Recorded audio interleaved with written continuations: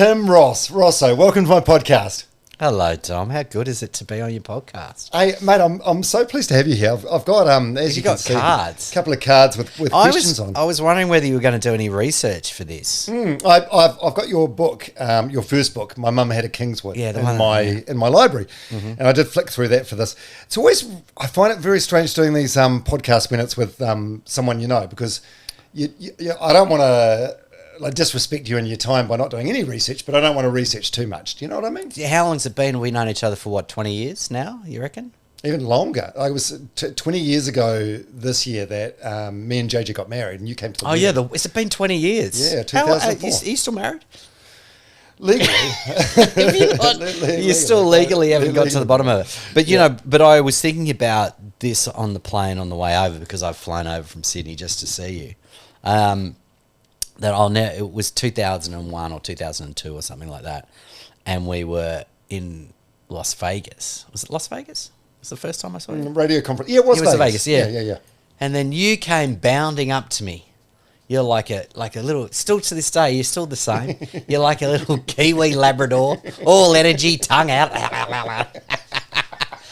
Oh, yeah, and then introduced yourself and said, I'm Dom. I'm from New Zealand. I do the show on the Edge, and we rip off all your gear. That's how you introduce yourself. We've been on your website, and all your segments. We all do them. Some of them work. You did Hello New Zealand, which was a takeoff on Hello Australia. But did that work for you? No, Tight Ass Tuesday. I can't remember. Yeah, we did Tight Ass Tuesday. Yeah, I remember that. And I was going to ask you what your recollection of our first meeting was, because I feel like I got off on the. By the way, this is going to require a little bit of establishment. Why don't you reset for your audience here? Yeah, none of the Kiwis will know who you are. But Tim Ross, his radio name was Rosso, part of a very, very popular and famous and successful Australian duo called Merrick and Rosso. So like Hamish and Andy before Hamish and Andy. Yeah, but less successful. Oh, my recollection of meeting you and your co-host Merrick is exactly the same. I thought it was because we were... your boss at the time was a guy called Dean Buchanan, who was a guy that I knew. He tried to offer me work over the years. Kiwi Dean, that was his nickname in Australia. Yeah. So I came up and I thought it was the ultimate compliment to say, hey, really like your show, been to your website, stolen some of your ideas. Because there's that saying, imitation is the sincerest form of flattery. I thought it was hilarious. But I think you were fine with it. Your mate Merrick, who you were working with, he seemed really pissed off. He came around to it in the end, but I think he found it hilarious. But I just thought it was amazing that there was this, tall, gangly Kiwi Labrador who liked what we did. But yes, no, I think it's interesting, when you, back to your question about, people come, before us there was another, really successful, radio duo, Martin Malloy, probably. Oh, yeah, was it Mick Malloy? No, who was Mick what was Malloy the duo called? and Tony Martin, Malloy. And Malloy. They were huge. They used to. I bought one of their CDs once, like the Brown album or something. And very different to what we did. And then, Hamish and Andy came along and we were like this, and they were of a new generation. And all their successes because, they're incredibly talented and had that X factor that, I didn't have. So, thanks for bringing it up, mate. Oh, no, I wouldn't say that. It's just a weird thing. Like I've done a lot of work on myself over the last few years, and I realise it's an ego thing. And when it happens, I catch myself doing it now. Like there'll be a promo for a new TV show in New Zealand. It's something that no one ever tapped me on the shoulder for. I didn't audition for. Didn't even know it was coming. And I'll be like, "What? How did they get that job and I didn't?" And I realise it's a crazy ego. Yeah, no, it isn't. No, I think. You can let that stuff eat you up, and I remembered I remember hearing them for the first time, and I really liked what they did, and I think sort of reached out to them, and they were guys who used to listen to us on the radio, and they were inspired by that, and I think that's really important. But I think it's what they say, comparison is the thief of all joy. It is. I'd agree with that, unless you're comparing down. You never have to look too far to see someone that is a lot happier with a lot less. Yeah, and I think the one thing I've always thought is that you also realise is that, there's some things you can't control. There's relationships that you can't always control. Time and place is everything. I was thinking this the other day, and like when I started and I was radio, there's a lot of really talented people around, but we were just sort of right place, right time. And in a pre-social media world, if you get one of those lucky breaks, you're everywhere. Today, it's much more of an even playing field. You can come out of nowhere. There's always someone, and you would have been the same. He's got some bazillion followers on TikTok who's doing a live tour, and you go, fuck, I've never heard of that person. Yeah, it happens all the time. They're filling up theatres. So there's something wonderful about that. So the barriers to entry are different. And I also think if we were starting today, it would be far more competitive for Merrick and I. But on the other side of it, we probably would have ended up doing, the potential to do global things might have taken us in another position. Yeah, that's true. That's true. Okay, well, let's go all the way back. So how did you and Merrick meet? So you're in a band, right? Like a punk band, comedy band, comedy punk band, right. yes. Black Roses. Black Rose. Well done. You've been, and I was the lead singer of the sort of Oz rock piss take band, And where was this? Melbourne. Melbourne in the 90s, and we were gigging around a bit, and we had a bit of a following. And I was doing a stand-up gig at the same time as Merrick, and he came up and said, "Bit like you, but less Labradory," and not a real he has got big Labrador energy. And he asked me about my band, and I don't think I'd met anyone. Very few people that I didn't know who was coming to see the band, and we became friends. And then a couple of years later, I sort of rang him up and said, "Oh, look, do you want to do some shows together?" And we did one called Pissheads from Outer Space, and it did pretty well. And then we did another one, and then we sort of, I don't think either of us probably thought we were going to end up in a duo. And then we did for, 15 years or something. Yeah, it was wildly successful, and we'll get through all of that. Ended with you guys being the #1 radio show in Sydney, which is fucking massive. It's huge. Sydney's the size of New Zealand, and just the different economies, like the amount of money you make when you're #1 in Sydney, it's crazy money. You've been looking at my old bank accounts. You've been going through my wheelie bin. I'm staying in your spare room of your primary residence after you picked me up in your Porsche. That's why, people in Australian radio seem to get bored or disillusioned and retire early. No one in New Zealand retires early. Yeah, you can hang around here forever. Out of necessity. Yeah, I mean, I always loved your work ethic though, because we used to do stuff all, and then I remember being at your house on Sunday, and you went, "Oh, I've just got to go and do a team call," and I was like, what? I'm doing some prep. You're doing some prep for the next day. And I was like, what are you doing that for? And so, well, we have to do that because that's how you do it. And to be fair, it's probably why you stayed on air a lot longer than I did, Yeah, okay, we'll get into that. We'll try and go in some sort of sequence. So, Sorry, so you and Merrick, you hook up, you do your shows together. Really innovative stand-up too, like overhead projector stuff with... What was that? You had letters. We used to write prank letters to people, celebrities. Now this stuff, quarter of a century later, it sounds you just really. You said overhead projector, forward-thinking things, but it was. Well, this is pre-internet, so no one's doing. The overhead projector was kitsch even in the 90s, and I think that was part of its charm. I flogged it from the university, and so we called it Fonzie. And what happened is that we would write to, famous people pretending to be children or, old people or, being a bit special. And we'd just, ask some silly things. And I think the one famously I wrote to the then Prime Minister John Howard and asked him whether he could do all these things like the rank donkey dance, which just doesn't exist.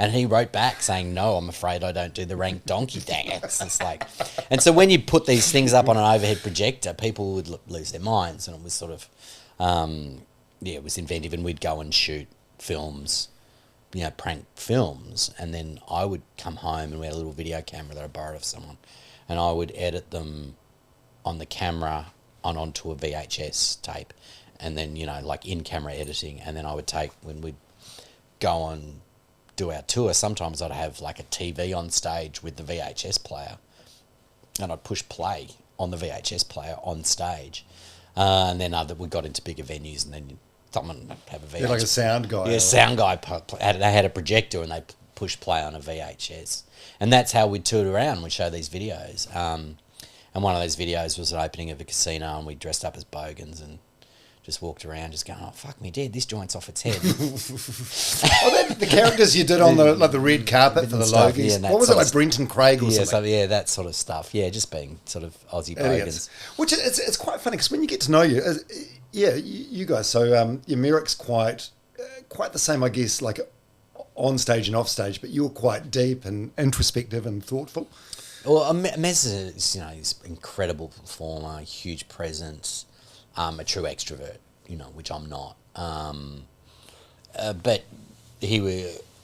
I would be more likely to be playing a role and that stuff. But just performing, it's like you get on stage, and also, I'm not 25 or 6 anymore. I'm in my 50s. So like if I'm presenting still as that same person, it's kind of lame. It's tragic in a way. It is completely tragic. Unless someone's paying you a whole bunch of money to still be that person. But even then, I think we all evolve in our own ways. Yeah.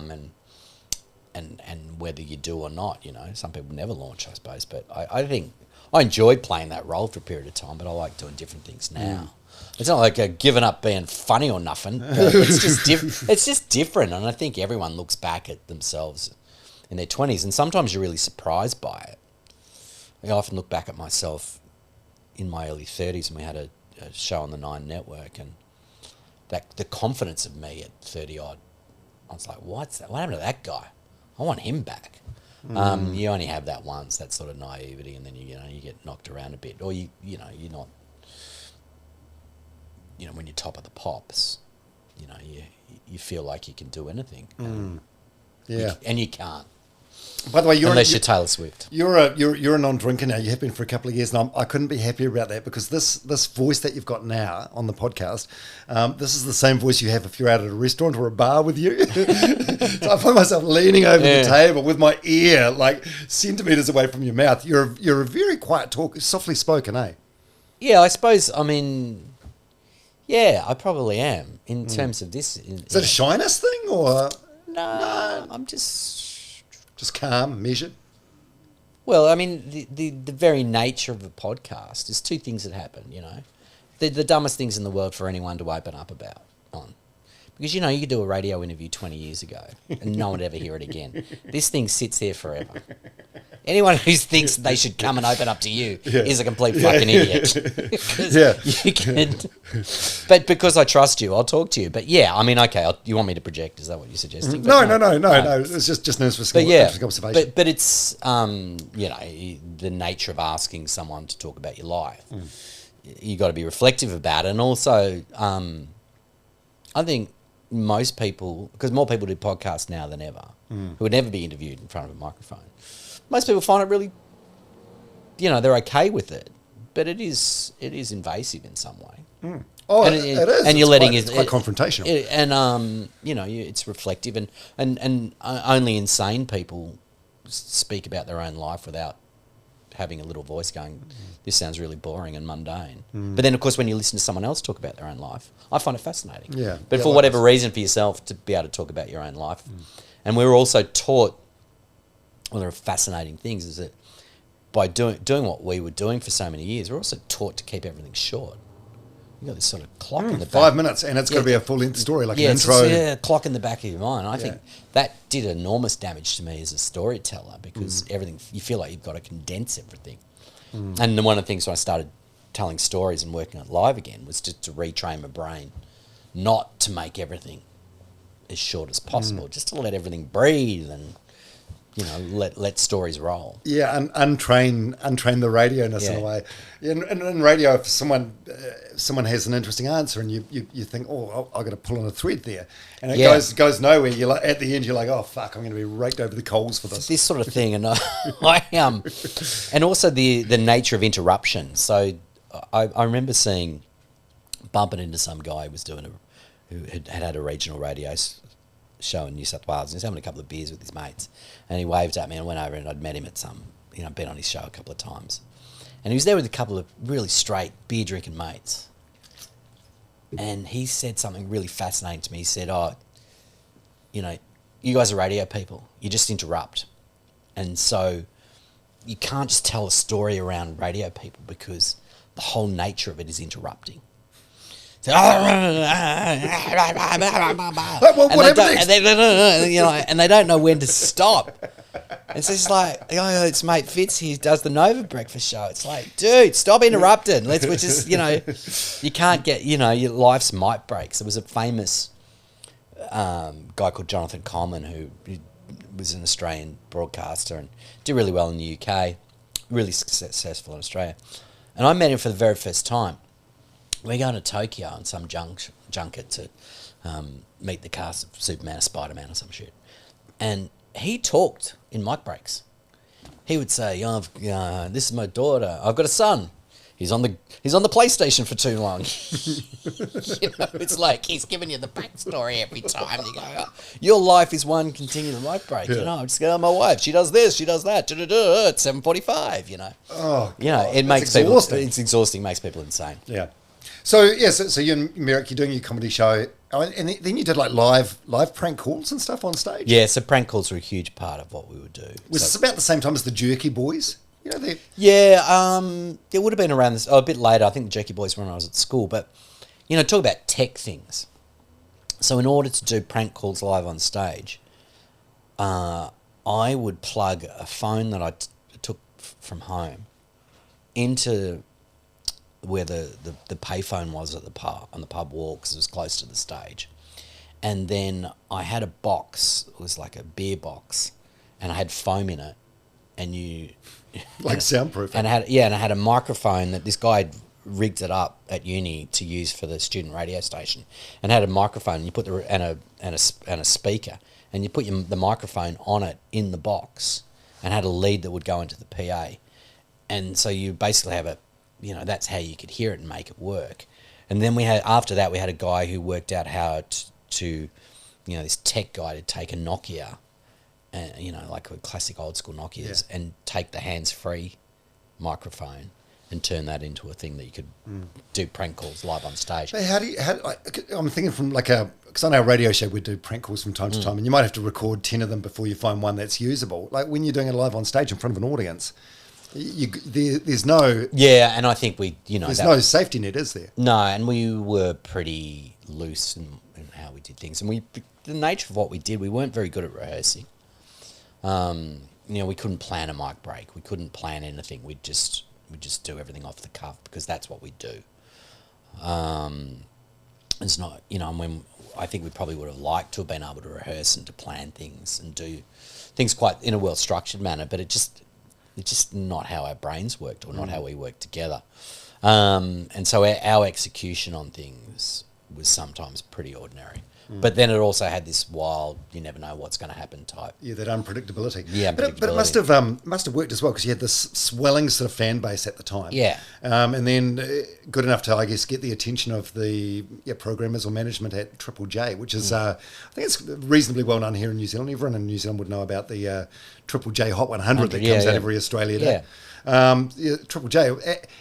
I don't know if any radio station has the same sort of appeal now, but at the time in the late 90s, early 2000s, that was a cool fucking station. Yeah, and I mean, that's the height of grunge around that when we joined. When the Big Day Out was Big Day Out was huge. Actually, to be fair, it was the end of grunge and it was the start of shitty Pro Tools rock, Played a lot of Korn and Limp Bizkit. No, but let's... It was a bleak time, wasn't it? It was that sort of 97, 98, 99. There was some rubbish out there. But, it's the Big Day Out. It was huge. The Hottest 100. It's a national station. We were doing Drive. We did this thing called the Love Bus, where we took a bus and we toured around the country, and every day we'd stop in a regional place, and then people would just turn up. So, you're in Newcastle, there's a couple hundred people there, and by the time we got to Brisbane, we got to the Queen Street Mall, and I think there was 3,000 or 4,000 people there, and we just lost our minds. No radio activation is going to have that sort of impact now. No, you know, you'd have to give it. I mean, it was simpler times, but that's, you know, there was, everyone listened to the radio. And also, I remember when we started we were selling a lot of tickets for one of our first interstate shows in Adelaide, and we'd been on Triple J part-time for a while. And being able to walk past the lines of people coming to our show and people not knowing what we looked like. Oh, yeah, because it was in the very early days of the internet. It was probably yeah, dial-up. Yeah, there may have been photos of you online. Yeah, they might have seen a photo. We might have been on TV once or twice or something, but, you know, people wouldn't have seen, might have seen our faces on the poster, but they wouldn't put two and two together. So that's really, you know, a lot happens in your lifetime in terms of, you know, this is... There were radio people in those days who never showed their faces, and that was part of them. They quite liked that. Most of them because they were ugly. The face for radio. Yeah, the face for radio. Yeah. There was a guy in Perth, right, that was there for a New Zealand guy, a guy called Fred Boddicker, and he was so old he never showed his face. Yeah, because they didn't want the audience to know he was like 70. Exactly. He was like 7. He was 70 and still talking about... Yeah, became a thing even when the internet was on. I remember I've got some siblings in Perth, and it was almost like, you know, the next door neighbour on Home Improvements? Yeah. Next door. Yeah. It's kind of like that. So you're at Triple J, and then you get a new station comes on board called Nova, which is a very big brand now. I remember this was inventive. It sort of changed radio. Like, instead of doing... 15 minutes of music and then a 3-minute ad break, they'd have like 2 ads in a row, so like 1-minute ad breaks.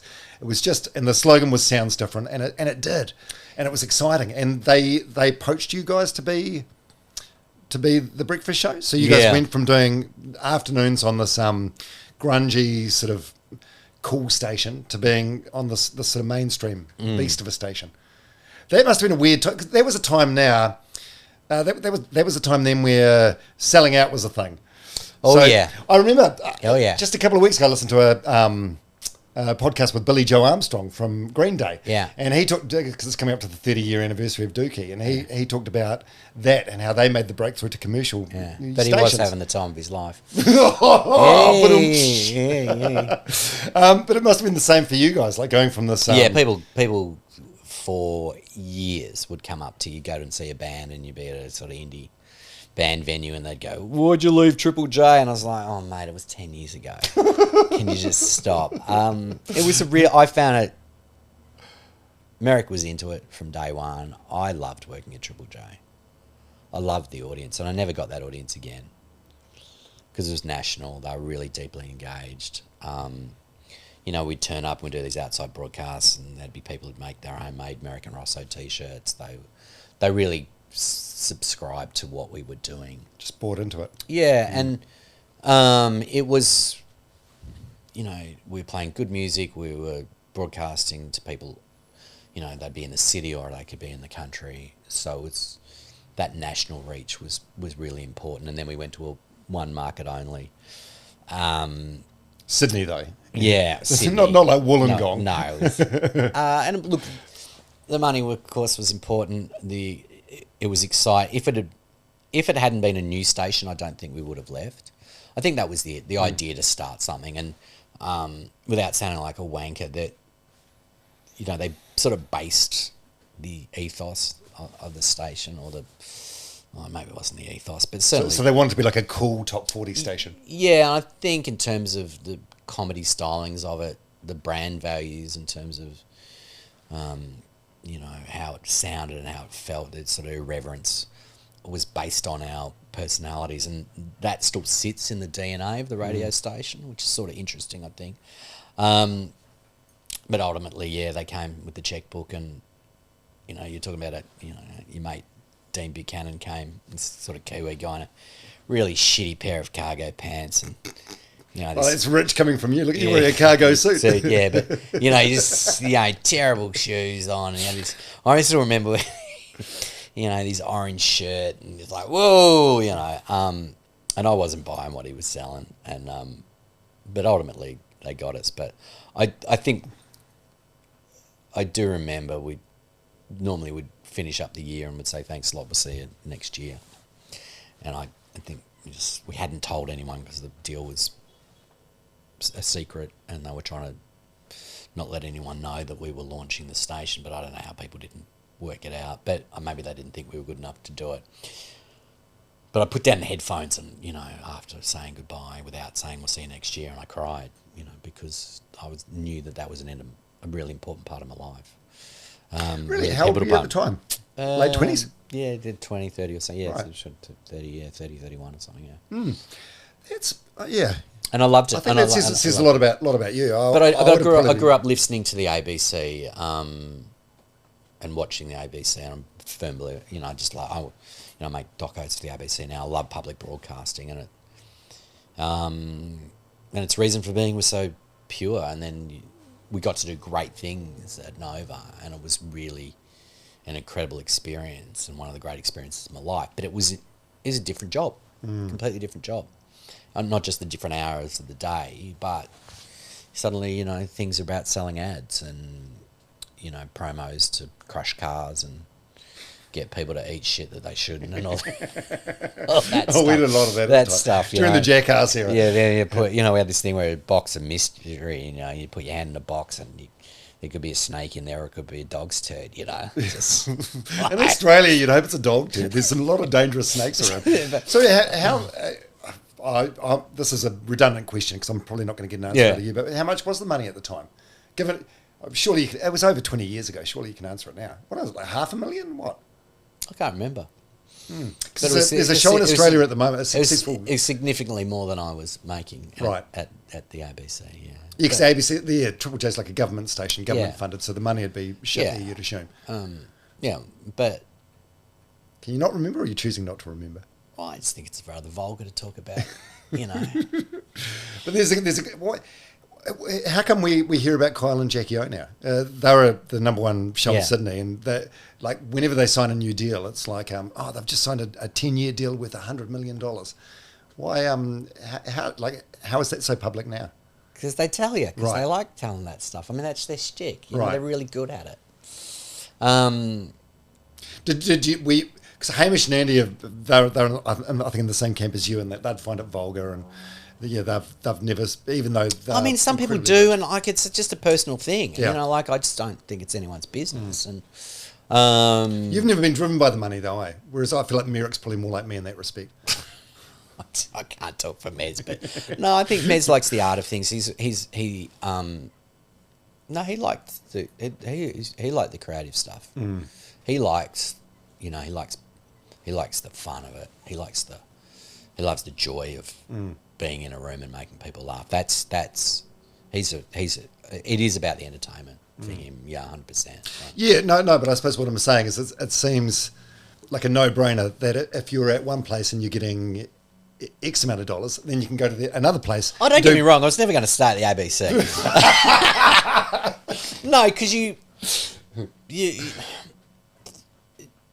That said, I have knocked back, considerable money since then to do other things.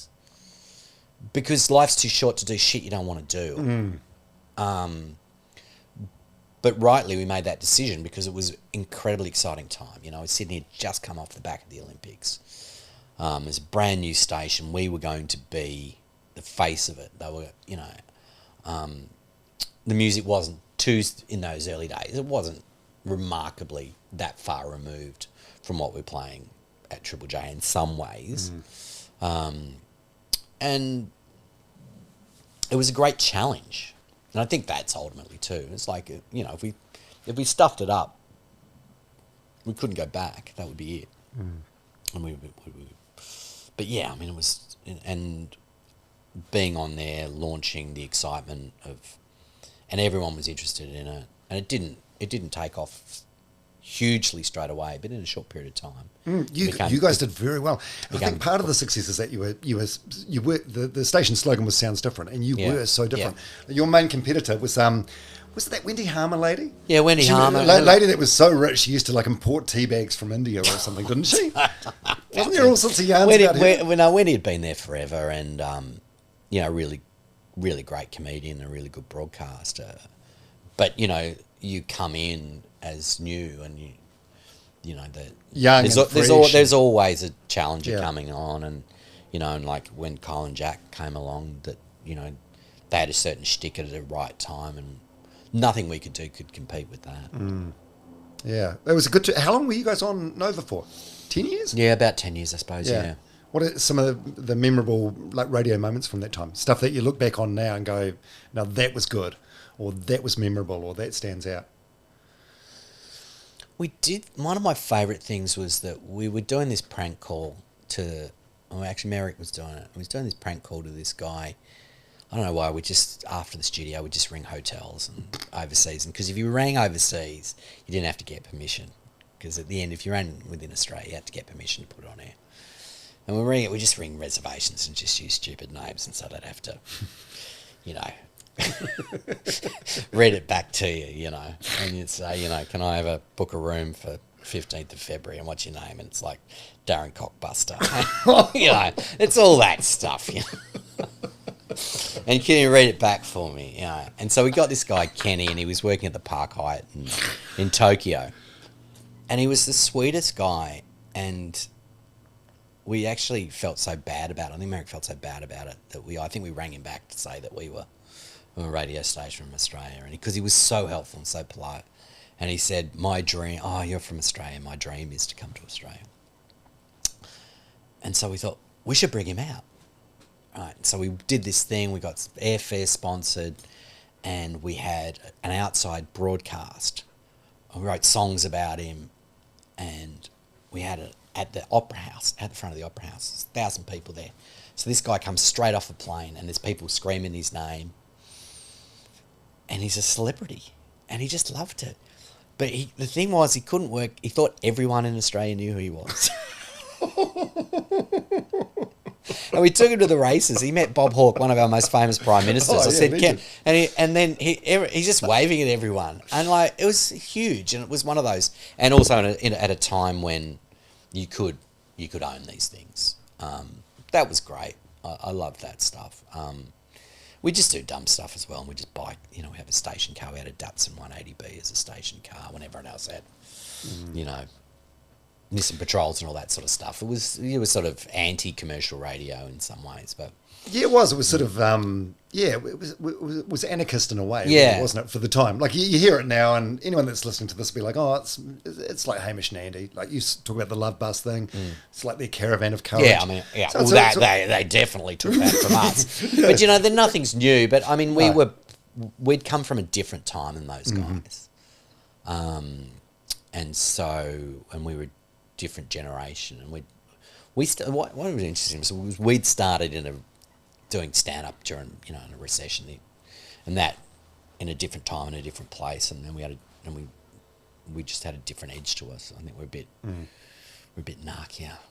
Yeah, I think it was just you're just very likable, like just Aussie lads. Well, that's what they say, they would just go, we just want you to call people Tiger when they call in. Oh, thanks for calling in, Tiger. I was after I started doing that for a while here too on my radio show, calling people Tiger. Made absolutely no sense. But don't come for me. Come for fucking Hamish and Andy.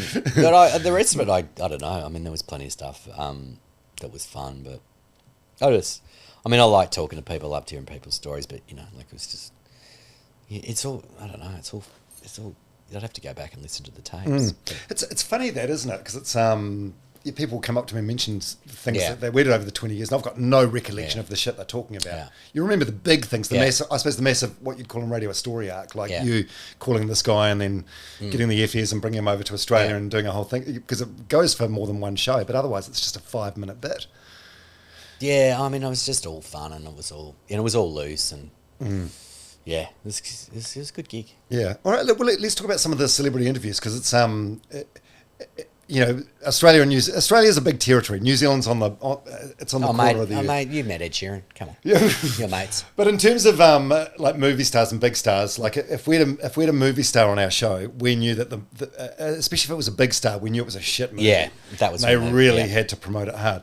So let's talk about some of the people David Bowie. You met David Bowie briefly.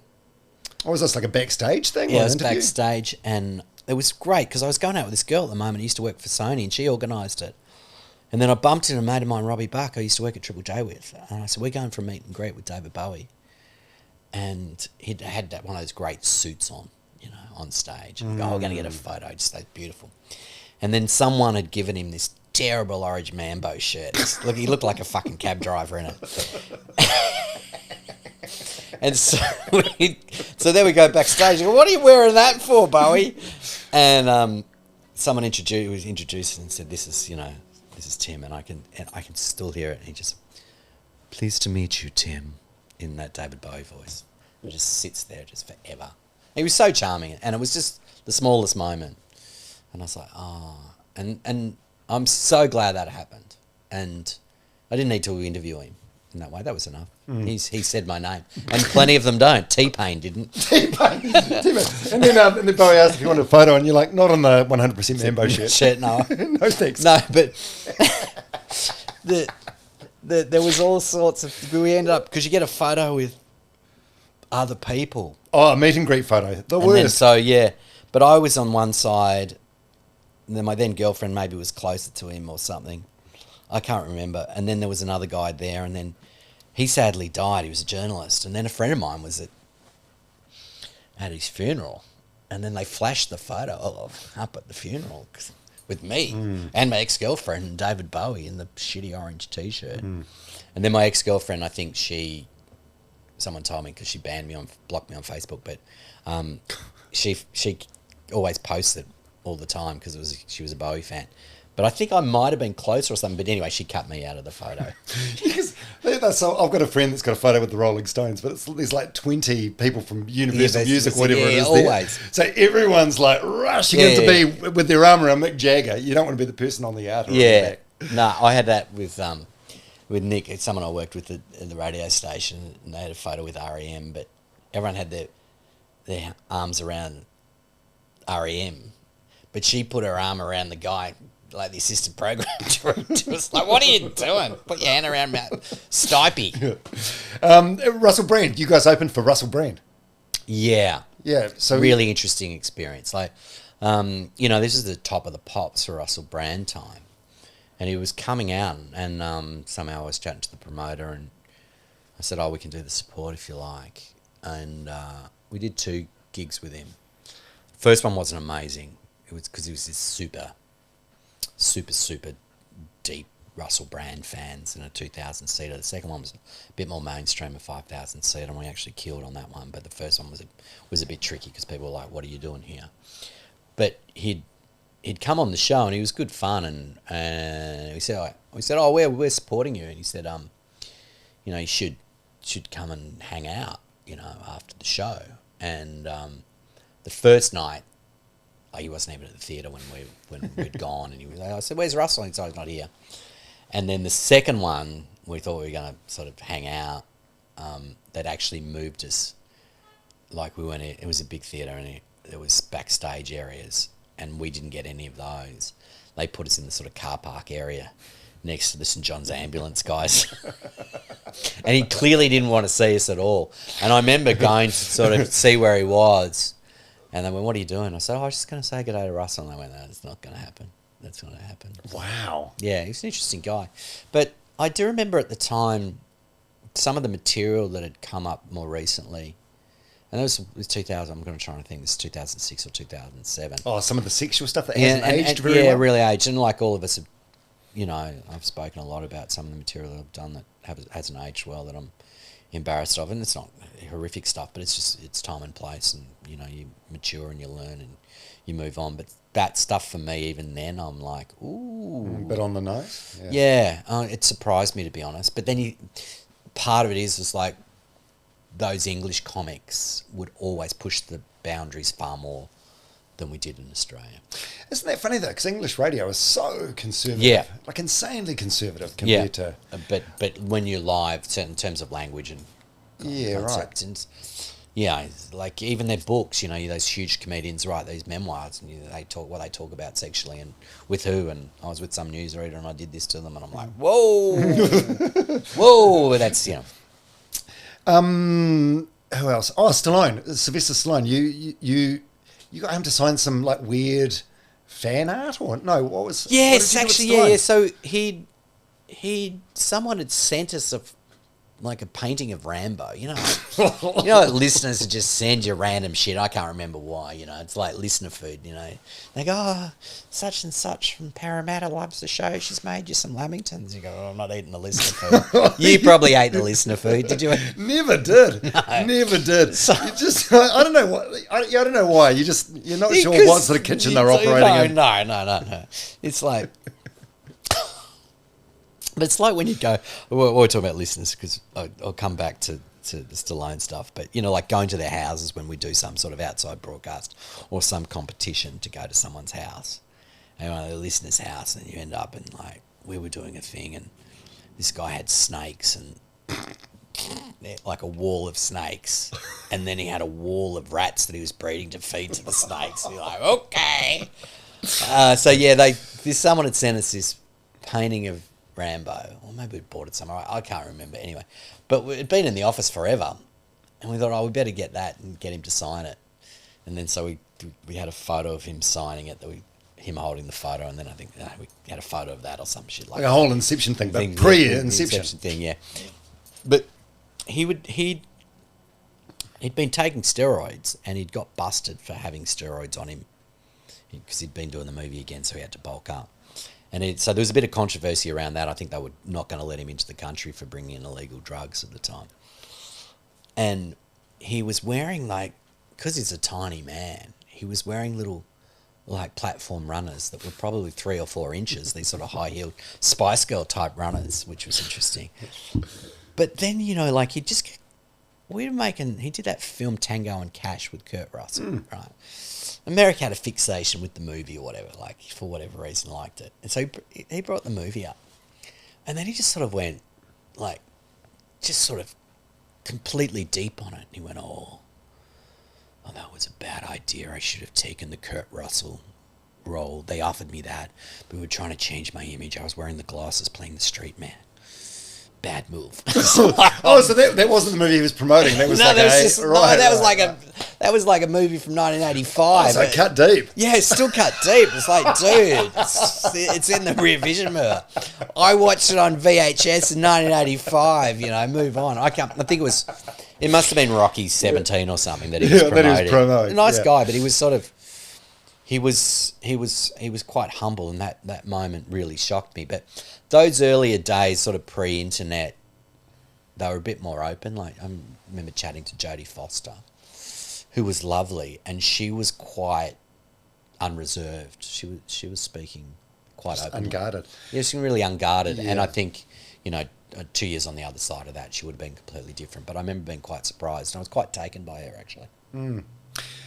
Yeah, I always found that an artist at the beginning of their career, someone that comes to mind is Charlie Puth. Do you know Charlie Puth, the singer? No, I don't. Nah. The first time we really taken off, has he? She hasn't made it to Australia yet, obviously. No.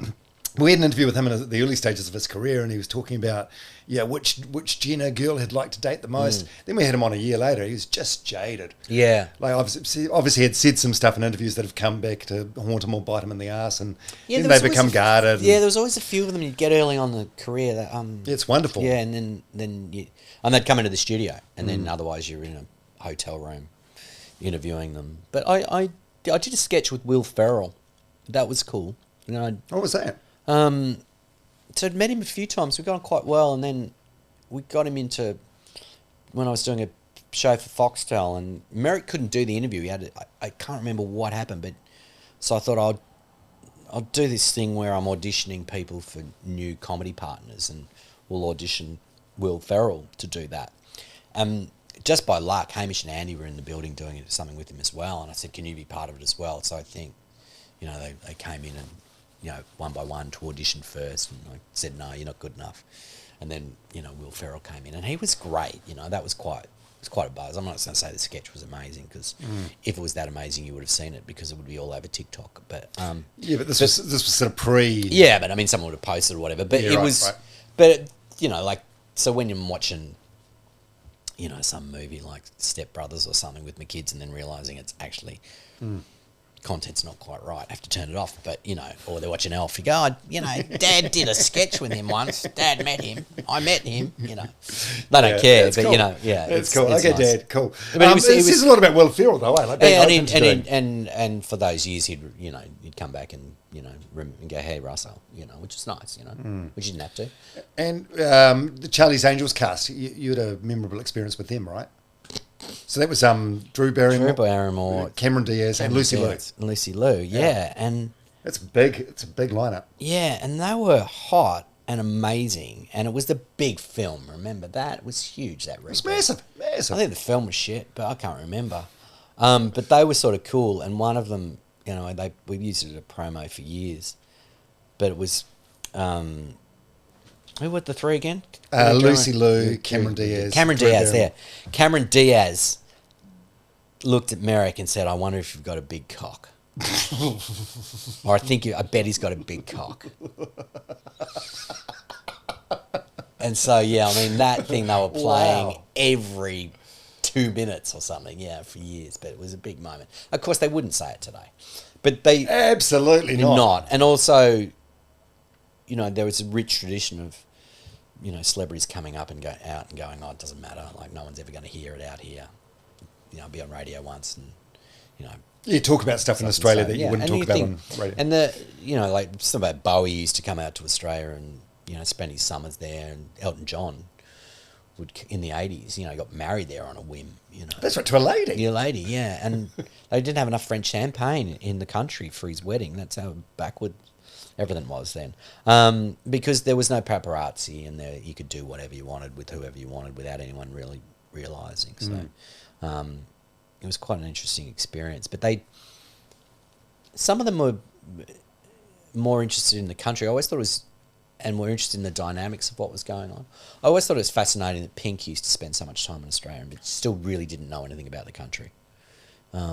Whereas other people would come and they'd remember who everyone was, and they'd be deeply interested in how can Pink not know? Like she'll go to Australia now. She'll do like 50 days. Yeah, but I think whatever version of Australia she lived in, she was just busy and whatever. Right. No, I just think. I mean, she was always pleasant, really pleasant. But she wasn't a person who was going. She had a shtick and she talked about VB, and that sort of stuff. Oh, a couple of cultural references, but not nothing ever deeper. But she didn't need to. She was, selling. Everyone went and saw those tours. Yeah, 100%. And they still do. Yeah. Like she'll do 8 dates in Perth or something. Yeah. It's crazy. And what about Kathy Griffith? So she's the comedian. The most famous, I guess, reference point for her is like holding up a Donald Trump's head. Yeah. Donald Trump's head in an Instagram post, and she got cancelled for that, but I think she sort of bounced back. But you had a memorable interaction with her? Yeah, I mean, she was asking about... We were doing a phone interview. It was a pre-record. And she was asking about Australian sayings. And there's a very famous Australian play called Don's Party from the 1970s, and sort of toxic male culture. And there's this character in it called Cooley, and his famous opening words, they turned into a movie. I studied at university. But Don opens up the door for this party for the 1969 election, and Cooley says to Don, "G'day, cunt features." Right, and so, well, I don't know what's happening. Kathy Griffin's coming to Australia on tour. She goes, I need to know some of the local Australian words, and so we just did that as a joke. We're never going to put it to air. No, never think anything more of it.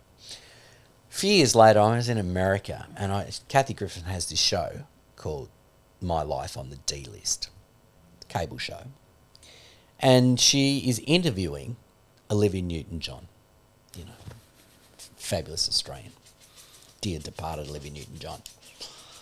They sit down for the chat, and she says, "Oh, I've heard, Olivia, I've heard this, I've been doing a bit of research about Australian welcomes, and apparently a very popular one is to say, 'G'day, cunt features.'" And I was like, oh my God. To Sandy from Greece. Dear Olivia Newton-John. And then years later, I interviewed her, and not Kathy again. for the first time I met Olivia Newton-John, and I apologised. I said, you're the reason that Kathy Griffin said, "G'day, cunt" features. Did she remember? You'd remember that. She must have remembered the moment. She remembered it. Yeah, yeah, she remembered it. She didn't blame me for it, but she didn't. I mean, she's a lovely woman. I shouldn't have brought it up, but I wanted some sort of closure for it. But it was a very peculiar thing to happen, and because I had no idea that it happened. The show, I think the show ran in Australia, but no one really watched it. But then I just managed to catch it, and I was like, by chance. That's amazing. by chance, yeah. It's incredible. Yeah. And what about I think they played the audio of the. That's what she was, because it was a observation. Oh, they were recording on her end. Yeah, her end, yeah. And so they went from that going, oh shit, we're on the TV show, to her using it, me saying, "G'day, cunt" features. That's amazing. That must have been how did that feel, sitting in a hotel room in America seeing that? Was it quite satisfying, or? I was sort of embarrassed. I was deeply embarrassed by it. So you were done with radio by then. By the time you saw it, I wasn't really comfortable about saying it on your show. But you got to work out whether you're going to bleep it or not. That'd be an interesting question for you, won't it? Believe it? Absolutely not. Okay. Unless you request it. Let me have a think about it. Whether I approve any of the content we're doing. When you go, I've stopped doing any editing. I edited it, but I found all I was editing out was my stutters and stumbles, and I'd get to the end of an editing session, I'd just be full of self-loathing and. Oh, why bother? No one's listening all the way through. But if the guest wants anything taken out, I'll go. What about one of the nicest New Zealanders imaginable? I don't think there's anyone that doesn't like this person. You were MC at Sam Neils and an Australian guy, Brian Brown's he was in 60th Cocktail. birthday party. Yeah, we talked our way into that. How do you talk your way into emceeing someone's 60th birthday party? I can't remember if it was Brian or Sam. It must have been Brian was on the show for some reason. And we just Brian Brown, I'm just trying to think of a reference point. Probably the Tom Cruise movie Cocktail. Yeah, Cocktail was the big one for him, and oh god, you name it, just Google. But he did FX. Remember that movie, American special effects movie? Yeah, I mean he's done heaps of things anyway. Absolute legend. Yeah, and I can't remember how it all happened, but I think we sent an email. We said we just invited ourselves to do it on air or something, and then we got an email from his assistant or something and said, "Yeah, do you want to, MC his 60th?" And then we didn't really think about the implications of that. I'm not sure that we did a great job. What do you mean the implications? Well, I just don't think we were that prepared for it. Right. Because it was like a.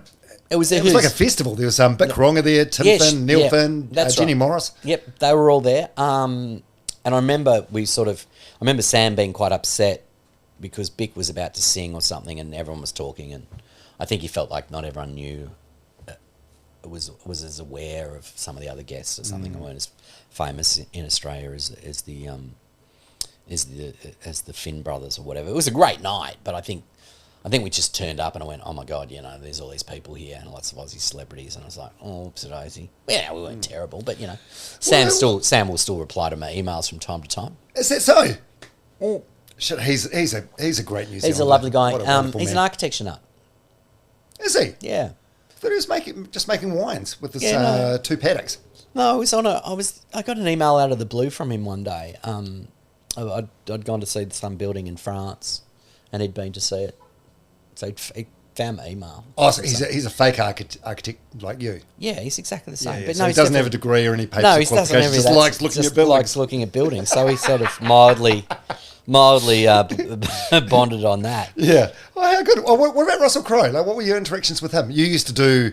You look a bit like Russell Crowe. You've got the same sort of, I suppose, tone or cadence of speech. Yeah. So in a way. For a period of time that we had similar haircuts and whatever, and so we thought we'd use it to our advantage. And so we were doing a TV show, and I would dress up as Russell Crowe, even though I'm much shorter than Russell. You like Rabbitoh's jersey. And because he wore the same thing all the time at that. He wore that because he thought if I wear my Rabbitoh's jersey and the same cap every time, they can't sell the photos because they look the same as every other photo, which is really clever, which made it really easy to impersonate him. And we went to America first up, and we did a whole bunch of things where I was going into music stores and, pretending to buy guitars and stuff like that. And then Like saying you're Russell Crowe. and just playing really shit songs and stuff. And There's one sketch in particular that I remember stand out for me. So you'd be dressed as Russell Crowe, baby stroller. This is when he had a baby. And fans would stop you for autographs, and you'd let the pram roll down a hill. Yeah. You'd end up in a pond. Yeah, no, and we're at Bondi Beach, and people would stop to say hi, Russell, and then there's nothing in the pram, and then I just let the pram go, and then like it made the paper that Russell Crowe had almost killed his child at the beach.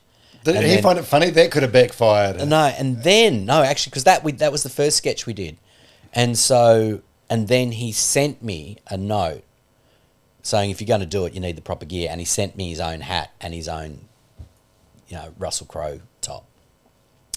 And so he was sort of interested in us for a while. And then he rang up one day and he goes, it's Russell here. I'm just going up to Coffs Harbour because he's got this farm. There's going to be a few of us. It's just going to be me, Kevin Spacey, Chris Christopherson, and you guys. And I was like, okay. And then we couldn't go. We had to work, and we never went. But I mean, then you hear stories, and it's not just him. There's a million other people that go as well. But it was pretty surreal, yeah. It is. That's amazing. But and I love Chris Christopherson. I think it would have, and Kevin Spacey. Well, that would have been interesting. Yeah. You would have been safe. You were well out of his demographic by then. I won't touch that. And I haven't thought about this stuff for years. It's interesting you bring it up. Yeah, well, this is what I like about the podcast. Like a couple of my guests have said to me, sort of like greatest hits and sort of greatest shits as well, like the good and the bad that everyone has in their life. But it's nice to reflect on this stuff sometimes because it's something that I think, especially if you've got like a growth mindset, which you definitely do. You're always sort of looking forward, so you never sort of pause. Yeah. I mean, there's time. I'm a nostalgic person, but not necessarily about. You're more nostalgic, I think, about things. Yeah, I am more nostalgic about things rather than Yeah, it's like your house is amazing because it's almost like a museum. It's like a house that's stuck in time in the best. Yeah, it's photos of me and Sylvester Stallone. No, I mean like the dinner sets you have and the furniture and everything. It's all like from sort of 1950s, but it doesn't look like a house where you've got two boys running around. No, they're not allowed to touch anything. Eh? They're not allowed to touch anything. They learnt the hard way. Jug cord. Bang. So why did you end up calling it on the radio show? You guys weren't pushed, eh? Like you decided to end the Merrick and Rosso relationship. It was just. What was the straw that broke the camel's back? Paying off your mortgage, or was there like a moment on the air where you're like, oh, I just can't do this anymore? I think at some stage I got to the point where that sort of showbiz cycle was huge, and I was re-referencing things, and you'd be talking about some movie that was, you're pretending to be younger than you really are, which was part of it. And it so is. The world was sort of pulling me in another way, and Merrick and I had lived a lifetime together in a short period of time. We did a lot. We did too much. We were doing breakfast radio and TV shows, running, production company, working live, and and I mean it's just sort of not everything can go on forever, and I'm incredibly proud of that time. And it's just meds, we've got that for us forever. But it was time, and and it enabled me to truly to do what I wanted to do. And but that must have been terrifying. Terrifying. I suppose I'm projecting here. Oh, again, no, I mean, it's a golden handcuff situation. Yeah, I mean, I had half an act, and I just didn't want to do half an act, so I had to start again. And I mean, I went back to radio a few years later after that, in a couple of different, when I had my second child.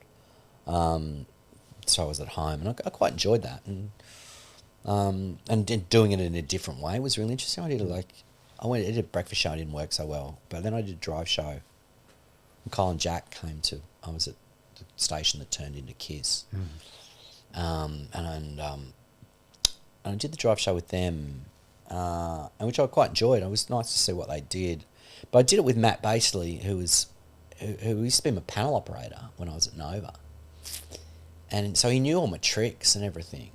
And it didn't have the high moments of working with Mez, Mez is hysterical, like he's on his day you won't meet a funnier person, but enabled because we couldn't rely on that sort of manicness of what Mez and I had. You know, we had to craft it a lot more.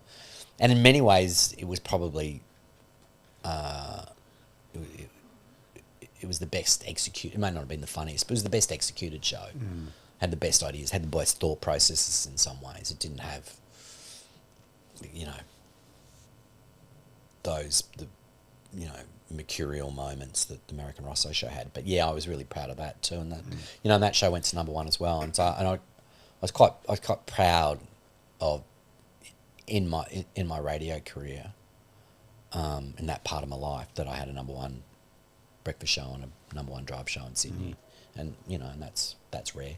Yeah. Oh, it really is. It's something to be proud of. Yeah. Actually, if you Google Tim Ross, you know how Google comes up with a bunch of, I suppose, frequently asked questions. Yeah. One of the top ones is what happened to him? What happened to Tim Ross? Yeah. No, well, that is #1. Number 2, why did Merrick and Rosso split? And you click on that. This is a paragraph of the answer here. When they parted, have you read this, by the way, or you know this? I don't know. I'll find out. When they parted ways in 2009, Merrick said, "This has nothing to do with Rosso and I not liking each other. No fights. There's no carry on. There's nothing like that." However, other sources in the radio industry said at the time that Tim was jealous of Merrick's success as a solo performer. Yeah, there was more to it than that. I mean, no, I can't. I've forgotten about that. Yeah, but I mean, that's the gossip page of stuff, and I think that was. So because I read that just no, it's not yesterday, and I've never known you to have a jealous bone. It's not enough reason to it's to not continue with something. I think it's ludicrous, but no, I think I suppose I don't really think about it. It was a long time ago, and and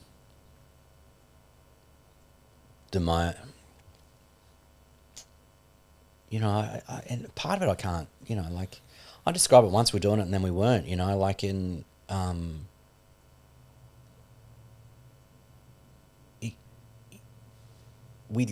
the best way is like I said before is that we put too much into everything.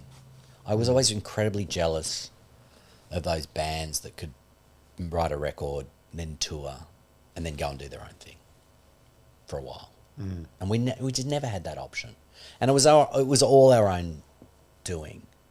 And I think if we weren't doing breakfast radio, we could have gone and made some really interesting TV shows, or we could have toured live, and just the day to day of doing what we're doing, and I fell out of love with it, and it showed. Yeah, I think you just get exhausted, don't you? Yeah, and I think there's very few people that would understand it, but when you've done breakfast radio for a while, you get it. And the show had changed, and the time had changed. They'd brought in someone else to the show, and that made it. That changed the dynamic as well, so we couldn't do exactly what we wanted to do, and it's just. Was that a consultant's idea?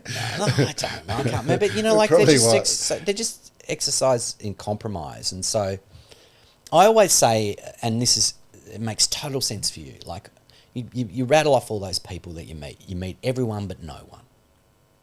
And in the time that I've stopped doing radio, the people I've met people, and you properly meet people. And you hear their stories, you become friends with them.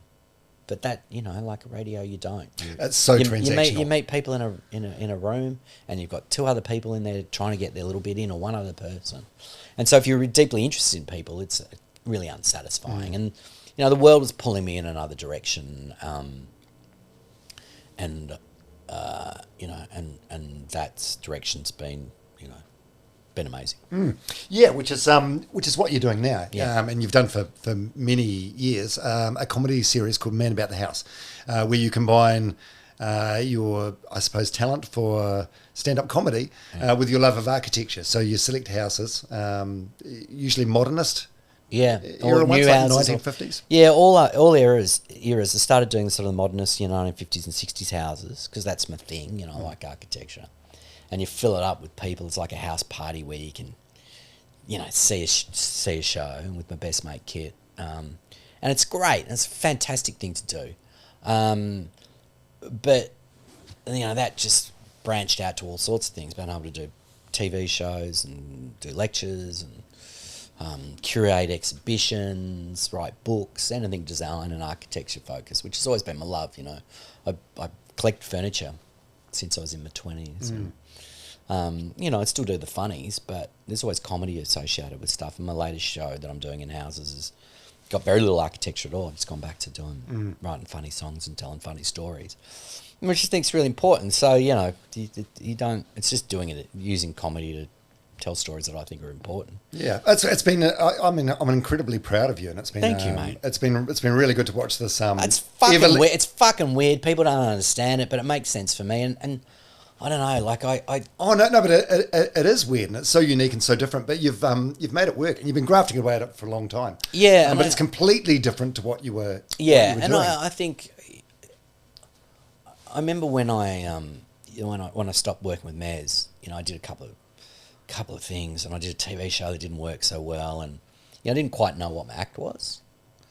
And then I just I chucked out all my material, and I started again, and worked out what I really wanted to do, and then years later, I was doing all this design stuff and doing shows in houses, and I was doing a little travel, going to America with it, going to the UK with it, and I met this guy called Eames Demetrius, and his grandparents were Charles and Ray Eames, the famous American furniture designers, and he gave me a book when I saw him in LA to have a cup of coffee, and in that book was a series of quotes from his grandfather, and I opened it up on the first page, and the quote was,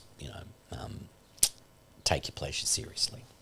And I'm not a big fan of quotes, there's always people who've got shitty Aren't quotes. you? I know you do, but like people, I got this mate, he's a personal trainer, and he's got this, fat is, what's the quote? It's like, sweat is your fat crying, it's all that rubbish, like, pain is weakness. There's no need to share them. I know you do. But a lot of quotes, it's often it's a penny drop moment, because it's a way to often explain a complex. Yeah, and they are important. I know I have done, I mentioned one at the start about, comparison being the thief of all joy, which is they're really important. But the idea was, take your pleasure seriously. And what Eames meant by that was that we often give too much to the things that don't. And I would constantly say, I met people who used to play the piano, or they used to ski. Amount of people go, I used to ski, I don't do it anymore. I used to paint, but I haven't painted for 20 years. And our guilty secret is we give our jobs far more than we should. And the things that we love, we don't give them the respect we deserve. And then I realised that what had happened was that, in that process of meeting Eames Demetrius, I'd done exactly that. I'd been taking my pleasure seriously. The things that I love, life is short. And people who work in the media are so addicted to having a job but, my last radio gig, I read it recently, the headline was, Rosso is happy to be sacked. And I was, because I had a documentary up my sleeve. I'd been to America doing this show. I liked broadcasting. I was a really good broadcaster. But I don't fit well in radio stations. Like, I don't like having a job. I believe that, part of you dies as soon as you have a swipe card in your life. So, to be able to go and do something else. And in that article, I was rereading it because my mother-in-law was going through a whole bunch of stuff, and she'd cut it out, There was no bullshit about what I wanted to do. I was happy to say that. I was happy that they decided not to sign my contract. Like a relief? Or yeah, because I had this... Or you just indifference? I was outgrowing the job, and I wanted to do it successfully. I really liked the craft of radio more than anything else. I liked putting things together, but you can do that with anything. They're the things I liked. I like telling stories on air, but I can tell stories anywhere. But I didn't like... I've been really blessed with Mez because we've been successful for a long time, and no one really told us what to do. And then when I went back to radio, I was working on a show that didn't do very well, and they just stick us in a room at the end of after the shift, and you weren't allowed to leave. You didn't have a window, and you weren't allowed to leave until you came up with content ideas for the next day. And it was ludicrous, the content. It's not how creativity works. It doesn't work, and I said, I don't want to be part of that. And I think remember doing your privacy goes out the window, minding your life, you know. Oh, I shouldn't know what JJ's boobs look like, but I do because of your fucking radio show, you know. It becomes taken for granted that you have to mind your personal life and your friends, and every weekend when you're listening to stories and you're wondering, I'm going to tell that story, and suddenly a story someone told you at a barbecue's talk back, and that's cool for a period of time, but it's not for me forever. And you know, talking about your kids, you know, you end up, that would have been on the, and I started doing that when they were little, but I wouldn't, it's not fair on them, it's the way you have to. And this particular program director, he's just doing his job, but, you know, we're doing this thing on bullying. And the irony of it was, you know, and I'd mentioned that, you know, I'd been bullied at school, and then I was basically bullied into talking about it on air because because the more you care, the more you share, the more they care. Yeah. And it's exploitative. Yeah, and you're sort of selling your soul in a way. And once you've got the stuff out, you can't take it back. No. I probably regret that in a way. I mean, it's a necessity in a way, and I can see why they encourage you to do it. And you're allowed to do it, and no one has any sympathy for breakfast announcers that do whatever you do. Yeah. But they don't. It's a good gig for a period of time. It's funny, my partner now, she's not from a radio household. I was driving her to work one day in the car, and we were listening to a radio show here in New Zealand, and they told a story that was, to me, clearly fake. You know how you have to. We had an old Australian boss called Ryan, and he said, nothing wrong with adding GST to a story. Yeah. Like basically giving it. Yeah. And this guy, who I know reasonably well, and he would never do this, he talked about driving home from a meeting, and he was busting for a poo. So there was an open home, so we stopped in and went for a poo. No. But my girlfriend was like, when you were on radio, like, did you do shit yarns like this? And I actually got into defensive mode. I was like, listen, in respect to these guys, like, you have to come up with like 20 stories like this every fucking day. Everyone's making stuff up or remembering stuff or reusing things or...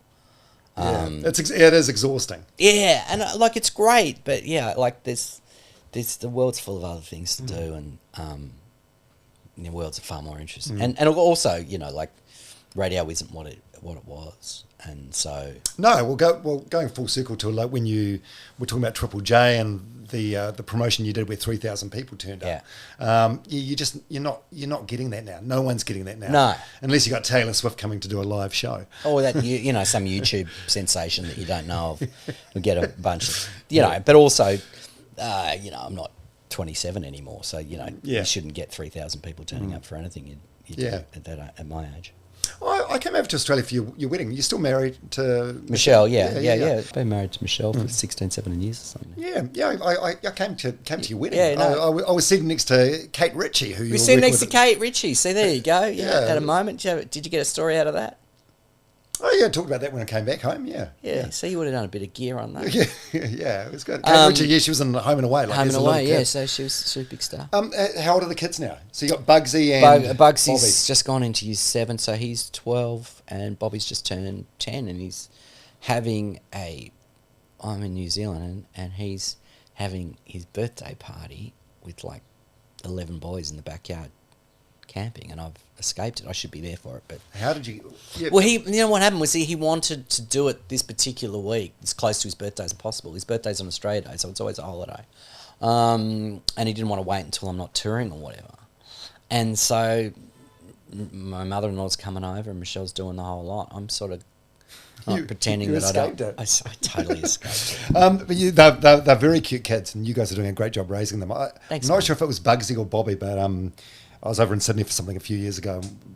When Bugsy or Bobby, whenever they were like maybe 3 or 4, you met me at the hotel for some brunch, and just out of the blue, he was like, I think he was holding like a little stuffed fucking koala or whatever, and he was like, "Oh, this is a koala. It's a marsupial. They're nocturnal." and I remember saying to you, "But your kid's a fucking genius." And you're like, "No. Can you remember what you said?" Yeah, you teach them one thing. Yeah. Teach them like one big word or one fun fact. One fact, and they just roll it out. You know, that old adage, mate, don't change your material, change your audience. How good. So what are you doing here? What is big enough to miss an important milestone in your kid's life? I'm going to Napier for the first time. Art Deco City. Yeah, I'm here with my friend Kevin McLeod from Grand Designs, and is one of the people who I met through my so many people I've met through architecture and design, and he's on tour. He starts in a couple of days, and so he said, "Oh, look, we're just sort of hanging out in Sydney." And before that, he said, "Do you want to go to Napier?" And I'd never been, and so we're going to that. And I've also been organising for us to do some house tours. And there's John Scott is one of your great architects. His own house is in Hawke's Bay, and so it's a wonderful thing about your country is that I know these people through Instagram, and so I was just messaging them. Some that I've met, some that I haven't here in New Zealand. Architects, architect lovers, photographers, and I was talking to this particular person. Said, "Oh, do you reckon there's any houses we can get in to see this? By this architect John Scott?" And they said, "Oh, this one should be fine. Here's their email." I love you guys. Don't introduce people, do you? In the emails, you just give them an email and just go, "Oh, yeah, here they go." Just email them. I always do. Really? Do other people not do that? Yeah, I've noticed a lot. Email them cold. Just give them the email. So I just emailed this woman and just said, "Oh, look, my name's Tim. David gave me your email. We're just wondering whether we could. I'm an architecture fan, and everyone Googles or whatever." And I got an email straight back, and she said, "Yeah, no problems. Come over." And I haven't told her Kevin's coming. Oh, but she'll love that though, right? I didn't want to. I didn't want to drop his name to think that's. I didn't want Kevin to think that I dropped his name to get into the house. I wanted to prove that, I could cold call someone in New Zealand. You can get a house on your own. And then I thought, well, then I talked to him about it, and I was like, shh. If I tell her, she'll spend 2 days cleaning up the house. But she did suggest that it's full of Lego anyway, and it's not. But then I cannot wait to see the look on her face when she opens up the door, because all she knows is I'm coming along with a couple of friends. So, yeah, we're going to do that, and maybe do some. We've been talking about doing some podcast stuff. We might do that. Depends on how many wines everyone has and all that sort of stuff. You don't drink wines anymore, though, right? No. You've been alcohol free for a couple of years. I'll be the driver. Right. What was the catalyst for going? I just just get bored of it. Or? When you run over the next door neighbour's cat when you're blind. No. No, I like a lot of people. You start drinking a lot in your 20s, and it's a bad habit you get into, and you don't stop. And it's been a huge part of my life in terms of working live and being a comedian, and you can. And I just wasn't feeling great, and I stopped for a little while just to get my health back into check. Just didn't miss it, and then I haven't missed it ever since. It wasn't hard. I didn't find it hard to give up. I didn't get the shakes or have to be locked in a room or anything. But yeah, it's just my age, and it's much more common now. Like, very few people give me a hard time about it, but 10 years ago, if you gave up the booze, you're un-Australian. Yeah, I was listening to an audio book just last week about Wayne Bennett, the famous Australian coach, and he's in his 70s now. He's been sober his whole life. Yeah. And I can't imagine what it was like being a league coach in the 60s, 70s, or 80s and saying, "No, I don't drink." But if you never have, it's like you never have. But if you were suddenly that person, and I was always drinking, I don't remember where I was doing this in the early days of podcasting. Merrick and I came over here, and we were doing like a podcast. A live show. Yeah. Live podcast. Meet your audience in New Zealand. Yeah, and there was like 5 people came to this joint in Ponsonbury or wherever it was, Yeah, Malt and Greyland. By the way, this is like, I suppose 15 years ago. Yeah. So this is probably before Joe Rogan even had a podcast. Yeah, no. Podcast wasn't even really a at thing. the time, there was the charts, the podcast charts, or the Apple podcast was the only chart then. It was like Ricky Gervais, and we were number 2 with this thing called Original Pirate Material. And because what I liked that we could go out of the studio after 9 o'clock and just do whatever we wanted. So we started this new podcast because I really felt that there was something creatively interesting that we could do, and you could do prank calls, and you could swear, and you could do whatever you wanted to do. And then we started getting emails from people who were listening in New Zealand, and then we thought, why don't we just fly over? And we did a podcast on the plane on the way over, and we did, you were on it, podcast at the pub, and the 5 people turned up that listened to the podcast, and there's something really cool about it. And then the radio station got funny about it. They thought we were putting too much effort into the podcast and not enough into the show. Cannibalising your radio show. Yeah, and whereas I thought they were great companion pieces. 100%. And you wouldn't do an hour. You would do 15 minutes. And sometimes we'd, get guests or...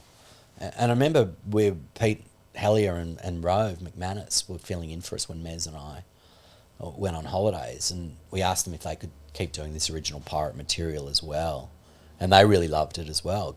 They went, "Oh, this is really interesting." And because you could get some feedback, and you might get 10 emails a day, but there was you couldn't do calls, but you would get some feedback, and people really started to like it, and people could listen all over the world, and wasn't about music or celebrity or whatever. And probably should have gone, but I think I had a pretty reasonable knack for understanding what was in the zeitgeist and what was about to happen. We did a similar thing, like I loved in the days of MySpace. And you remember how you could put a song up, your favourite song upload? Yeah.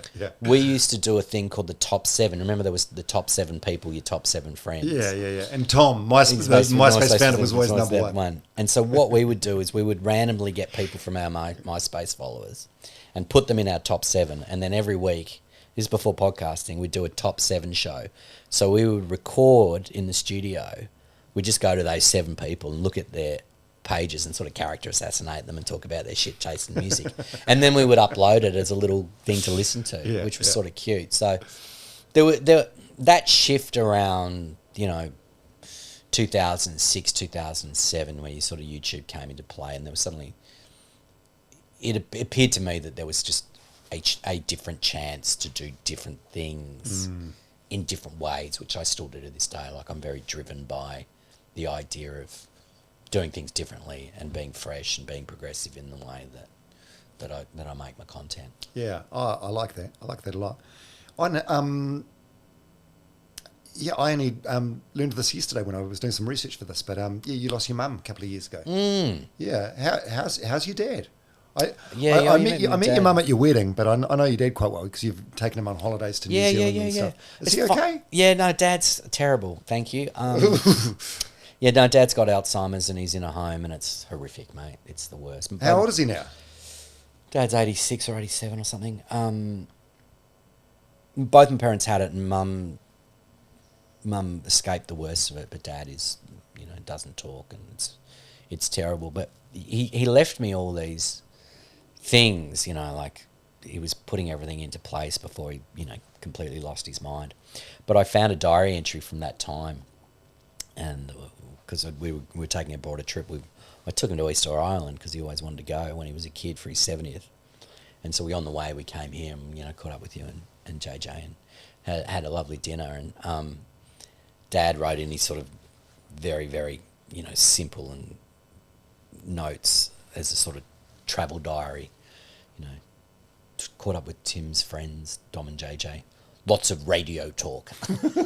Oh, that's all it would have been. What a punish. So obviously couldn't have been about him, but, the loss of my mother, wow, nothing prepared me for that. Really? No, it's the... So you were how old when she died? Like 40? No, it's 50 odd. Right. But, So I think that's a blessing, right? If you can get to 50 before you lose her. I was more about... I knew it was kind of... It's just this... I hadn't felt the grief like that, and was I was glad I was sober. I found the beauty in the grief. Someone sort of told me that it was, you get all these wonderful emails when you're in this situation. Friends come out of nowhere. And someone had said to me that, I see it as my dad's final gift. And because when in those early days of the grief, with the deep guttural, there's this enormous sense of love that I could only compare to, having a child or interviewing Sylvester Stallone. Both very memorable moments. No, it was similar size too. Stallone and the baby. No, so that I love that idea of finding the beauty in the grief. And what does that mean? Because of that, there is this sort of, in this deep despair, you understand how much you love that person with all your heart, and it's a deep feeling in your soul. And I was putting together all the photos for Mum for the funeral. It's like, and I'm watching it over and over again. You know, every time you check it for glitches or whatever and think, what music am I going to use? Is that going to be too much? Is that... and I'm just, go for a walk, go for a run, cry. Watching my brothers, you know, grown men, beautiful men, just falling apart. And they both spoke so beautifully. Did you... and then watching my son, you know, helping push the casket out. Yeah. That's tough. It's the correct order of things, though, isn't it? Yeah. And then it's sort of... And then you realise, you're it. You're the top of the tree. And I think I spent a lot of time trying to make my mum happy, make her proud of me. She was incredibly successful academically, incredibly bright woman. You know, she was a doctor, and I felt for a long time. It took me a long time to get my shit together to do what I was doing. How do you mean? You've always sort of had your shit together. Oh no, not me. It took me 5-6 years to finish university. I got kicked out of one university. And then when I was lucky enough to make a couple of documentaries that were on the national broadcaster, and which she loved, and my father loved. When my father was still making sense, I sat down and watched one of them with him, and it involved me going back to our old family home, and which was quite moving. And I'm tearing up on screen, and then Dad, just looks at me and, and he said, just keep making films like that, son. And so that's probably from a vocational point of view, like Mum and Dad never really heard me on the radio because they're in a different city, nor were they that interested, and they'd come and see me do stand-up.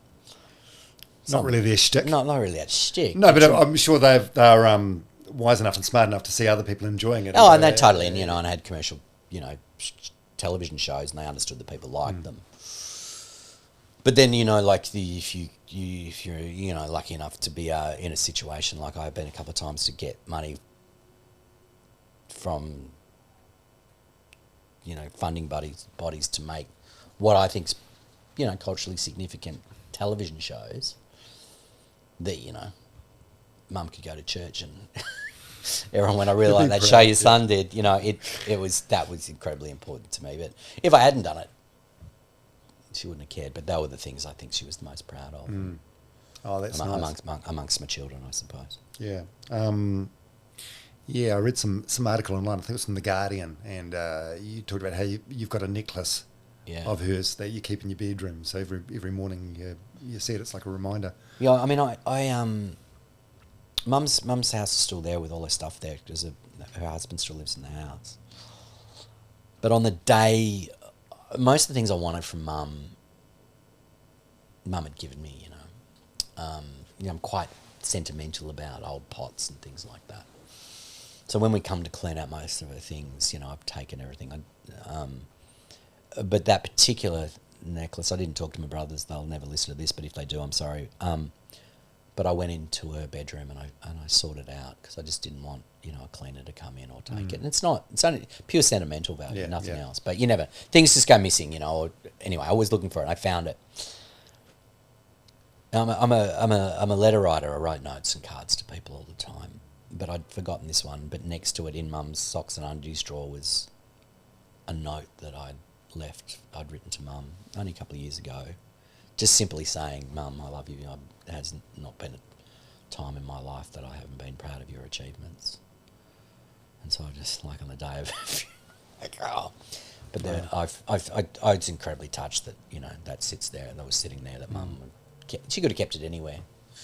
But she was kept it somewhere where she could see it every day. That's satisfying, though, that you didn't leave things unsaid. You said things while you had the chance. I was really... I think because I'd moved cities and I was mindful of doing lots of things with my parents in terms of travel, speaking to them. 6 months before Mum died, I remember, making her give me the longest hug ever. And then I started... Was she quite ill by then? No. But it was just we don't have to stop this hug. Let's keep hugging. and I can still feel that hug. And then I used to go and see her every time I was in Melbourne for work, or I'd go, someone would say, I'll put you up in a hotel. I go, no, I'll just get me a hire car, I'll go down and stay at my mum's place. And then I started getting my brothers to come down, and then Mum wasn't cooking as well as she used to. So I used to make all the dishes that I love cooking, and Mum taught, one of my favourite things to do was cook with Mum on Christmas Day. And then I would cook the things that Mum used to make for us, and just my brothers, not our partners or their kids, would come, which is really intimate. And I value those times, and they were really important for all of us. It's quite a transition in your life, and she was a fantastic woman, and I miss her very much. Oh, I'm sure she's immensely proud of everything you've done. Even the radio stuff. If she didn't understand it, oh yeah, she would have loved the Tight Ass Tuesday. Yeah, she was right up until saying "G'day cunt" features to people. Oh mate, oh that's rough. It's it's the trade-off though, isn't it, for loving someone? Yeah, it is, and all the cliches that go with it. But it makes you understand people. And when one of the things I think I love, and I can't do it because I don't have it in me, but I do love people who post photos of their parents all the time on socials. Just once in a while they go, "I miss your dad," and they post a photo. I love that. Why don't you do it? I know it's not your sort of Instagram aesthetic, but why can't it be? I think you can. I think you sort of internalise that. I think not everything has to be shared. I think. But you just said yourself you like it. I like other people doing it. Yeah, and I'll often say, please don't stop doing that. Because I prefer people not to feel like I do. I feel that. Oh God, he's banging on about his mother again. But I write a lot about her, and I have written a lot about her. Wrote something about her last week. About. Like a public piece or a private? Yeah, piece? I got this newsletter that I send off to I got this huge mailing list of people, and they just. I think I'm on it. I must check out my spam folder. There's probably 100. So I write stories all the time because I like writing, and because my son was going off to starting high school, and I wrote a story about my brother started high school in 1978. I started high school in 1982, but I went off to school in his hand-me-down Levi California jeans. And a lot happened in that 4 years in terms of fashion, and they were basically flares, and they'd been taken up and taken down, and they were like a concertina in terms of the wear marks, and my brother had worn them and whatever. And I said to my mum, I can't wear these. I can't wear flares in 1982. They're deeply out of fashion. And so she said, "You're right," and I was really surprised by it. And then so I went off and played cricket with my brothers, and then I came back, and they were lying on my bed, and she'd just taken them in with the sewing machine. She can go buy me a new pair. She went and this really says a lot about the times, and my children. There was this wastage, wasn't it? Yeah, my children would crack the absolute shits if I did that. They've thrown out more clothes than I had in my whole childhood already. Yeah. That's crazy, but that's a perk of being our age, I guess, in our 50s. Like we remember that time where. Well, actually, I've got some friends that went to the UK. This was, I guess, in the 90s or early 2000s, and they took a shipping container over there and then back home with furniture in and cutlery and plates. Now you just wouldn't do it. It's like you just go to No, you go and get everything. I mean, everything was so expensive. You'd never transport a TV from the UK back to New Zealand. It's like you can't, no one breaks into your house. They don't steal the TV because they're worth $100. They're not worth carrying. It's... They don't break into houses for that reason. They take a bit of jewellery. They want your car keys. How do you feel about ageing? Are you quite comfortable in your... What are you now, mid-50s? Yeah, I'm 53. No, You feel good about it? I do. Like, I had this fantastic moment. I turned 53 in Perth and I was doing a show. And I came out on stage and I just said, it's my birthday. And everyone's like, happy birthday. And I went, I'm 53. And this woman in the front row went, fuck. And I didn't ask her why. It wasn't like I'd had sex with her or anything. But I think sometimes people forget that, it makes them feel old if they went, they listen to you on the radio and they think whatever. And then it's really surprising. So And then everything evens up the older you get. Like, this is really fascinating. I am 4 years younger than Rick Astley. So he's 57. 7, yeah. They're never going to give you up, guy. Yeah. Amazing. He looks a lot younger than you still. That's true. But, you know, he dyes the hair red. But, you know, you think, well, you know, like, who else was it? Like, I am only 5 years younger than Robert Downey Jr. And they're people, but when they were huge, they were adults when I was a teenager. Mm. But then the difference between 15 and 21 is gets huge. narrower and narrower. Huge, It's crazy. It's crazy. So yeah, I was watching a new documentary on Netflix last night called "The Best Night in Pop" or something. It's about USA for Africa and We Are the World. Yeah, and I was I don't know. I suppose I was like 12 or 13 when that song came out. So I was a teenager. I was sort of in puberty, I guess. And you look at the old footage of the cars, and Lionel Richie had a car with a phone in, and that was a big deal at the time. Makes you feel fucking old. Oh, they do. And then, like, you know, and there's, you know, that classic footage in that of Bob Dylan just not wanting to be there. But he was not even 50. He was younger than me. There's that meme that goes round of all the members of the Travelling Wilburys when they were at their prime. Yeah, Roy Orbison, George Harrison, Jeff. Roy Orbison was younger than me when he was in the Travelling Wilburys. He was 52. Like, that's fucked up. It's crazy. You know, like, I think, George Harrison was 41 or 43 or something like that. So, you know, you think that in the 80s when those 60s pop stars, you know, having another go at it, and, you know, Jagger was growing the mullet, that he would be 50 or whatever. But no, he was in his late 30s, early 40s. Yeah, well, I remember starting in radio in the early 90s, and I heard a guy on the same station use this joke, so I thought I'm going to use that. So every time I back announced a Rolling Stones song, I'd call them the Strolling Bones. Oh, Jesus! And but they would have been like early 40s at the time. Yeah, mid 40s. Yeah, I mean, those guys, like, you imagine someone like Krista Berg or someone like that, you know, bald. You know, Phil Collins coming along and getting a career. You could be sort of, you know, you could be in your early 40s and have a really, really, really big career in those days. Peter Gabriel. Yeah. That wouldn't happen today. If you're gone. Music really is a young person's game unless you have made yourself so successful in those early years. Absolutely. It's hugely changed. Hey, thanks for coming over today. That's all right, mate. It's really good to see. You know, you're looking so fit. You know, we didn't get to talk about my running career, but that's. Good. Yeah, we went for a run. Do you remember? I do, and it was really embarrassing because, you know, we were running. We did about 10 Ks. I was running a bit in those days. And I think you were running in a full-length tracksuit as well. And then you went, well, I'm just going to keep going for another 15 Ks, and I went back to your house. And then I made some joke about it or something on your Facebook page, and one of your listeners got all angry about it, and I don't think they realised we were friends or something or other. I always like that stuff, but yeah, no. Yeah, no, but you're fit. But the big surprise for me is he's come up a bit in this chat today. Merrick, your old co-host, he's like super fit. He was in the news in Australia a couple of years ago for winning that SAS show. Yeah. It's just a complete transformation, and I find it quite inspiring, actually. Yeah, what both you guys have done. Yeah, he looks great, and I think he's found a lot of joy out of it, you know. But you both seem kind of like, I suppose maybe the part of this was the shtick at the time, but you're kind of laddie, like Aussie sort of bogans. And I remember when we went to the conferences, he always had like a little bit of a gut on him and beer handles or whatever. And now he's just svelte. Yeah. And his skin looks amazing. Yeah. You know, and he looks good for 50. He looks really good for 50. You know, he's always had good complexion, old Wattsy. But you know, he certainly looks amazing. Would you ever do something together again, or is that door shut now, you think? Look, you never say never on that stuff at all. You know, like we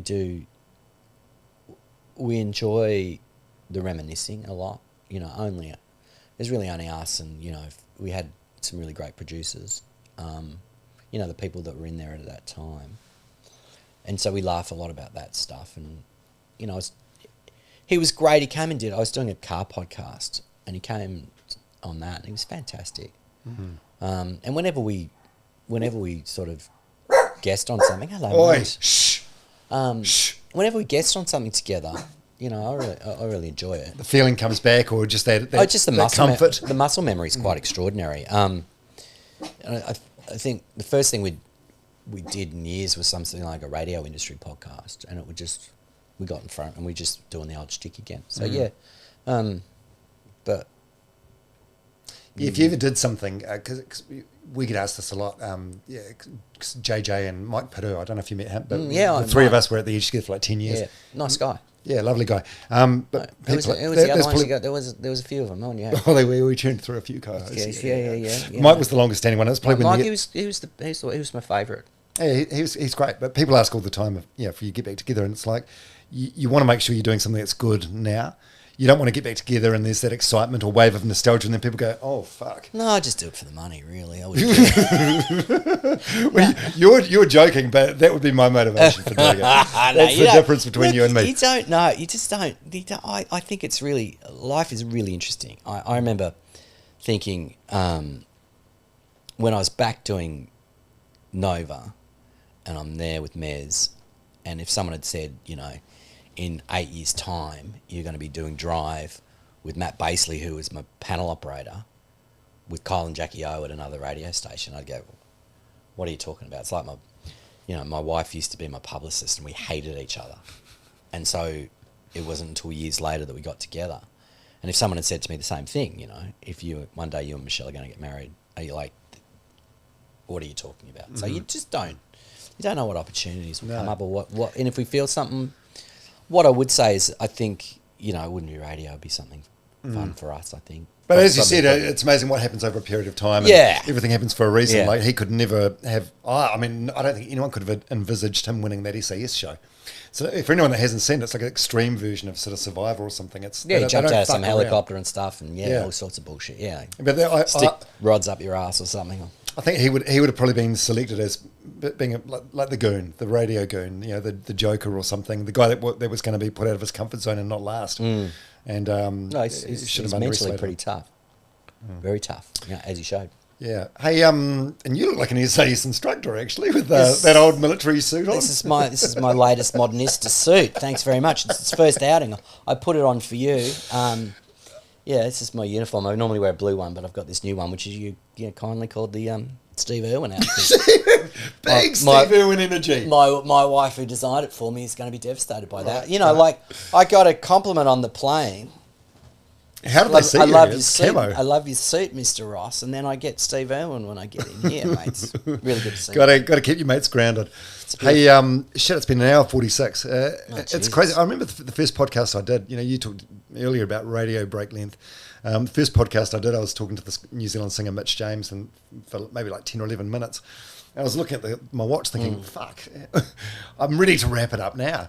But you actually get quite comfortable with the pace of podcast after a while. Oh, I'm sure no one's still with us, but, you can split it into two or something.